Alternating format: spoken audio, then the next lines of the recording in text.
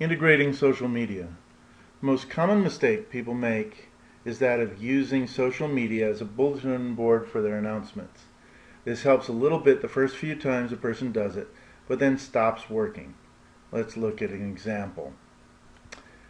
A woman just came back from Egypt and has several new techniques to teach in a belly dancing class.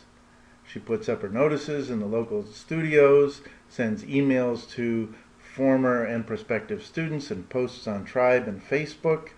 One or two interested local Tribe members and one or two interested local Facebook members respond to her post, so she thinks she's found an excellent place to advertise.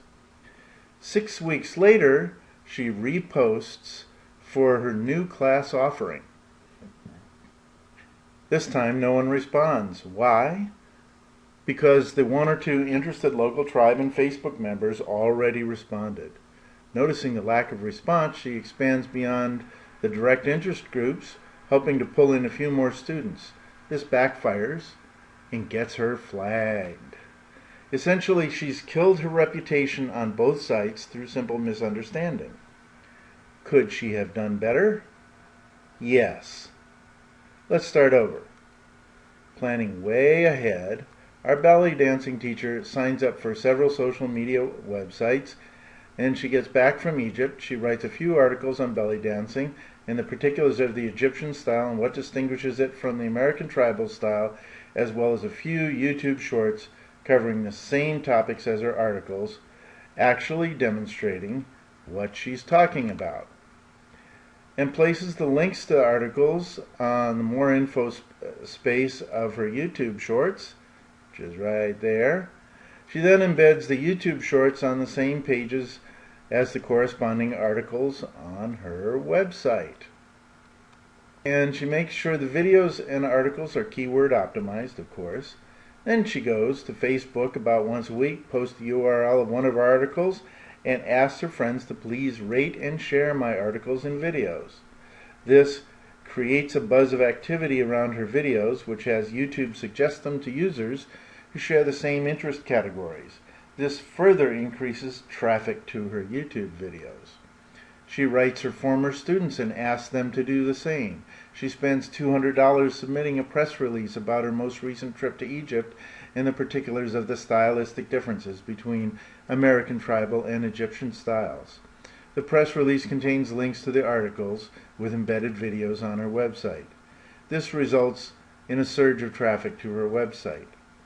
A number of other related websites pick up on the press release and carry it onto their sites together with links and commentary, which results in a fair number of relevant inbound links being generated, thus raising her Google page rank, which in turn raises the number of people that find her when they look up belly dancing.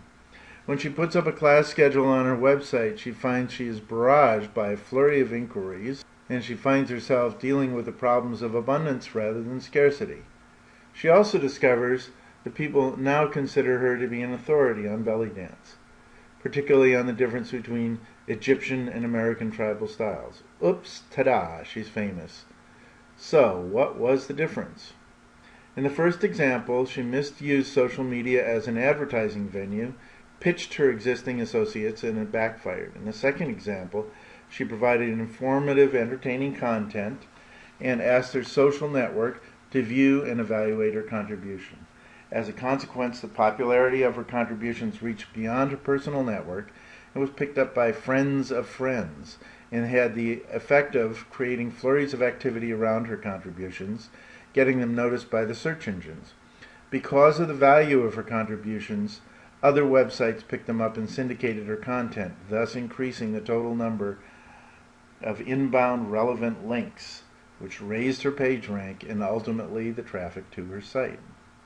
Instead of preaching to the choir, she harnessed the power of her existing social network to popularize her content which had real value. The result was success beyond anything she had ever done before. A little side note about Facebook. With Facebook, it's a good idea to know something about EdgeRank. And EdgeRank, let's type in George Takei. he has amazing amount of EdgeRank. Every time he posts something, he's got, look at this, 42,000 people liking it, and then 1,151 people commenting it, 15,355 people sharing it. That's EdgeRank, the combination of likes, comments, and shares. So it's very good to have all three happening. Give you a little bit of a hint on the difference it makes. You ever notice how only a few of your friends actually see the stuff you post? That's mainly due to low EdgeRank on your part. If ever you, like I learned the hard way, I was playing a game which every time I leveled, it put an announcement on my wall, which was seen by all my friends. They got sick and tired of it, so they turned off the updates from me. So now very few people actually see my updates. And that means that if I really want to gain EdgeRank, I need to have a fan page, not a personal page. Another hint about it is that you want to be fairly provocative and interesting and contributory when you're doing EdgeRank. So, for instance, here's George Takei, and he's got a thing about Yoda evolving from a green critter. He had another one about the Hulk, Yoda addressing the Hulk and saying, "I'm your father." He's got kitty cat pictures. He's a pretty funny guy.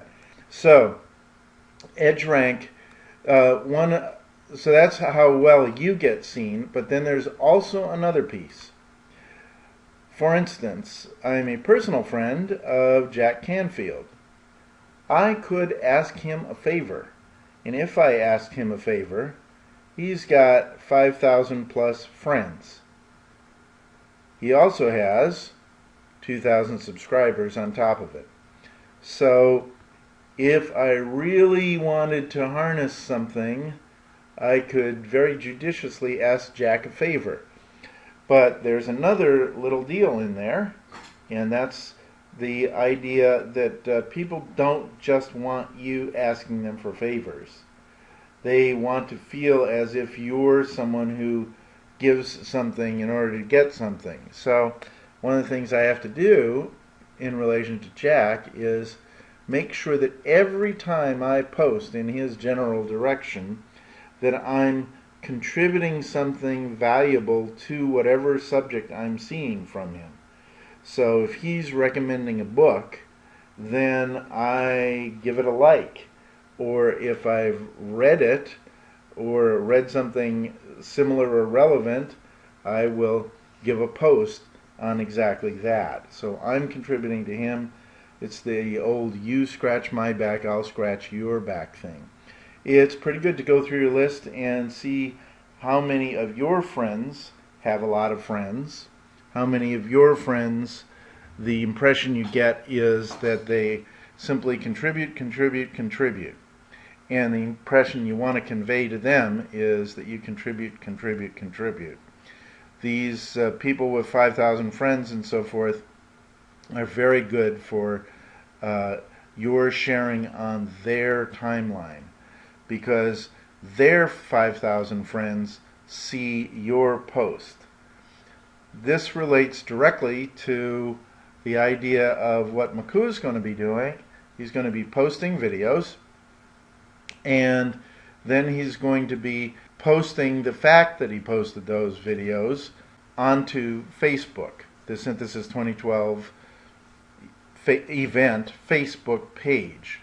When that happens, it's going to be very important that all of you go and visit, and all of you go and like and comment and share both on Facebook, and then visit whatever page he posted it on the website, and create at least view it on the website, whatever video he's posted, and preferably comment that up too. So what that's going to do is it's going to create a flurry of interest in the video, because they'll see that when he posts the video, by George, 50 people went and view it. So and then we might put it out in an email to the list of several thousand people, and kaboom, several thousand people come along and view it in a second wave. What this does is it spikes the interest in the video on YouTube, and YouTube will then start to push it to its other subscribers.